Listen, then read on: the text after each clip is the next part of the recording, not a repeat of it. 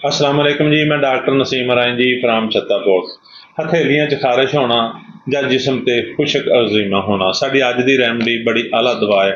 ਅਕਸਰ ਮਰੀਜ਼ ਕਹਿੰਦੇ ਆ ਡਾਕਟਰ ਸਾਹਿਬ ਹਥੇਲੀਆਂ ਦੇ ਵਿੱਚ ਸਾਰਾ ਦਿਨ ਖਾਰਿਸ਼ ਹੁੰਦੀ ਰਹਿੰਦੀ ਆ, ਸਾਰਾ ਦਿਨ ਖਾਰਿਸ਼ ਕਰਦੇ ਰਹਿੰਦੇ ਆ, ਖੁਰਚਦੇ ਰਹਿੰਦੇ ਆ। ਜਾਂ ਫਿਰ ਕਈ ਲੋਕ ਕਹਿੰਦੇ ਆ ਡਾਕਟਰ ਸਾਹਿਬ ਖੁਸ਼ਕ ਅਗਜ਼ੀਮਾ ਹੋ ਗਿਆ ਹੈ।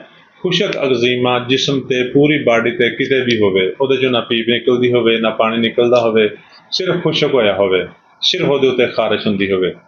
ਪਰੇਸ਼ਾਨੀ ਹੋਣਾ ਸਾਡੀ ਅੱਜ ਦੀ ਰੈਮਡੀ ਚੰਦ ਖੁਰਾਕਾਂ ਇਨਸ਼ਾਅੱਲਾ ਉਹਨੂੰ ਠੀਕ ਕਰ ਸਕਦੀ ਆ।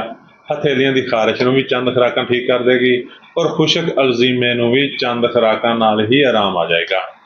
ਅਗਰ ਕਿਸੇ ਮੇਰੇ ਭਾਈ ਨੂੰ, ਅਜ਼ੀਜ਼ ਨੂੰ, ਦੋਸਤ ਨੂੰ ਇਸ ਤਰ੍ਹਾਂ ਦਾ ਮਸਲਾ ਹੈ ਕਿ ਉਹਦੀ ਹਥੇਲੀਆਂ 'ਚ ਖਾਰਿਸ਼ ਹੁੰਦੀ ਰਹਿੰਦੀ ਆ ਜਾਂ ਉਹਦੇ ਜਿਸਮ 'ਤੇ ਖੁਸ਼ਕ ਅਗਜ਼ੀਮਾ ਹੈ, ਹਥੇਲੀਆਂ 'ਚ ਆ ਜਾਂ ਕਿਤੇ ਵੀ ਆ, ਪਰੇਸ਼ਾਨ ਨਹੀਂ ਹੋਣਾ। ਹੋਮੀਓਪੈਥਿਕ ਦਵਾ ਐਨਾਗੈਲਸ 1 ਤੱਕ ਚ ਲੈਣੀ ਆ।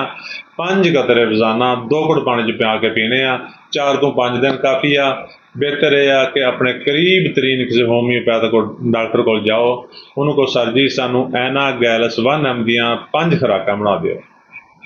ਉਹ ਤੁਹਾਨੂੰ ਸ਼ੂਗਰ ਮਿਲਕ 'ਤੇ ਬਣਾ ਦੇ, ਵਾਟਰ ਡੋਜ਼ ਬਣਾ ਦੇਵੇ ਜਾਂ ਤੁਹਾਨੂੰ ਡਿਸਕਸ 'ਤੇ ਬਣਾ ਦੇ।